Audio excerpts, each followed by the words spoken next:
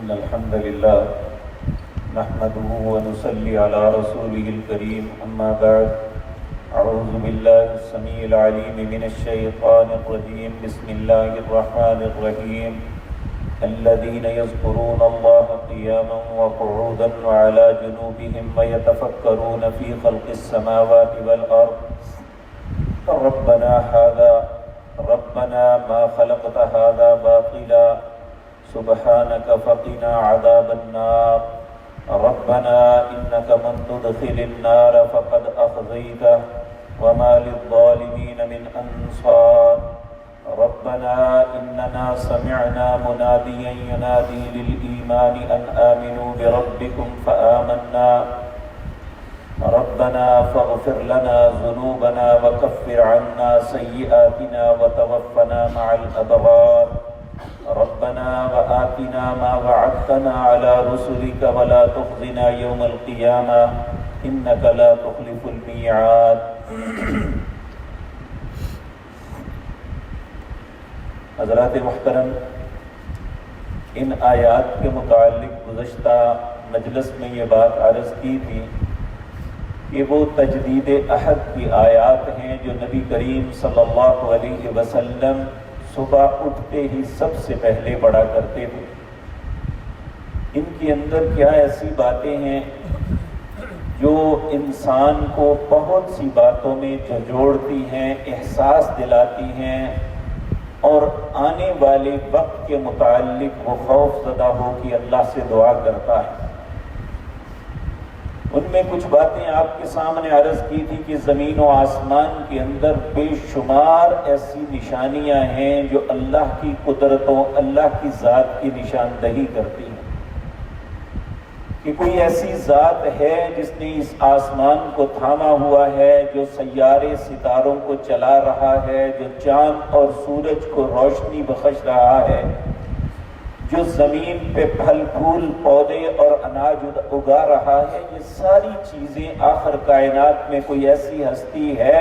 جو سارا نظام قدرت چلا رہا ہے۔ تو یہ ساری باتیں احساس دلاتی ہیں انسان کو کہ وہ اپنے رب کو پہچانے اور اس کے حکم کی تعمیل کرے۔ تو نبی کریم صلی اللہ علیہ وسلم پہلے یہ آیت پڑھ کے پھر اس کے بعد انسان فوراً ہی اللہ کی عبادت کی طرف متوجہ ہوتا ہے۔ تو اگلی آیت میں فرمایا الذین یذکرون اللہ، کہ وہ لوگ اللہ کا جو غور و فکر کرتے ہیں، اللہ کو پہچان جاتے ہیں، وہ پھر اللہ کا ذکر کرتے ہیں، قیاماً کھڑے ہو کر، وقعوداً بیٹھ کر، وعلی جنوبہم اپنی کروٹوں کے بل،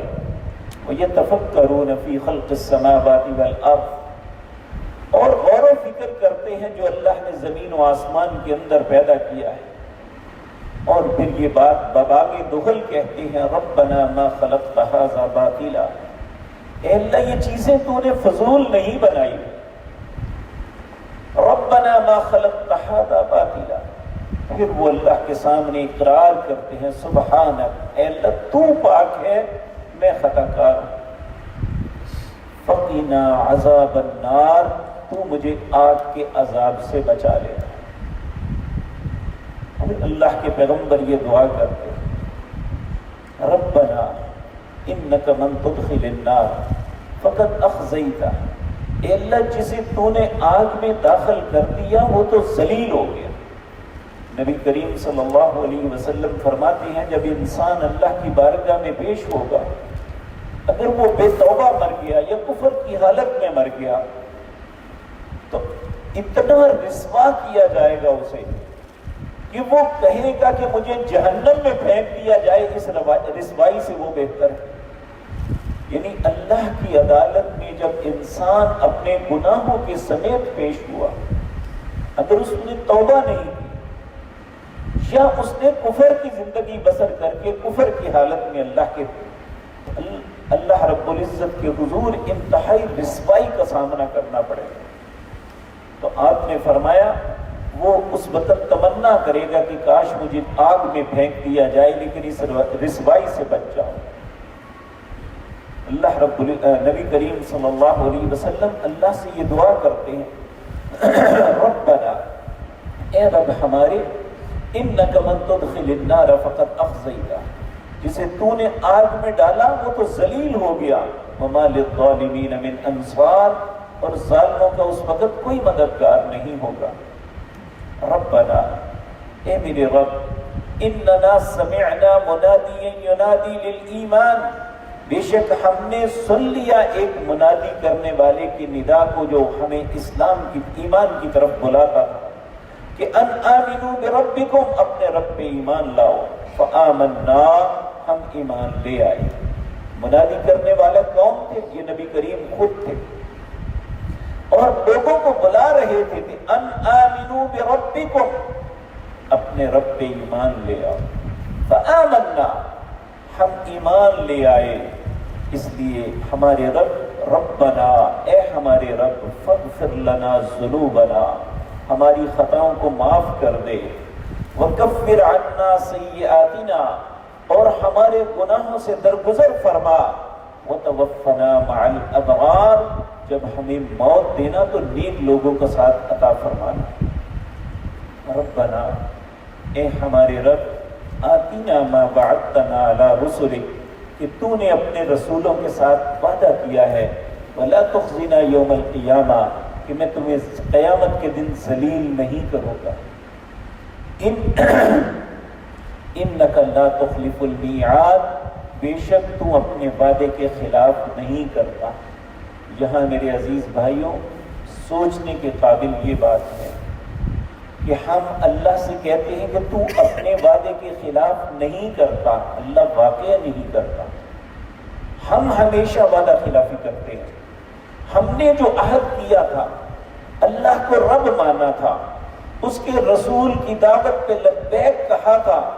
پھر اس کے بعد بار بار زندگی میں ہم اس عہد کو توڑتے ہیں۔ اللہ پھر بھی رحیم و کریم ہے، وہ جب بھی انسان توبہ کے لیے اس کی بارگاہ میں جاتا ہے وہ اس کی توبہ کو قبول کرتے ہیں۔ وَهُوَ الَّذِي يَقْبَلُ التَّوْبَةَ عَنْ سَيِّئَاتِهِ وَيَعْفُو عَنِ السَّيِّئَاتِ وَهُوَ الَّذِي يَقْبَلُ التَّوْبَةَ، اللہ وہ ذات پاک ہے وہ جو توبہ کو قبول کرتا ہے، وَيَعْفُو عَنِ السَّيِّئَاتِ، اور غلطیوں سے درگزر فرماتا ہے۔ اللہ کی ذات تو یہ ہے کہ وہ معاف کرتا ہے، لیکن ہم بہت نکمے ہیں کہ معافی بھی نہیں مانتے۔ اللہ رب العزت ہمیں معاف فرمائے۔ ہم بھی ہر روز ان آیات کو غور سے پڑھیں اور اپنے دن کا آغاز اس تجدید عہد کے ساتھ کریں، تاکہ ہمارا دن خیر سے گزرے، ہماری شام اچھی ہو، ہمارے دن اور رات اسی طرح ہمارا انجام بھی اچھا ہو جائے۔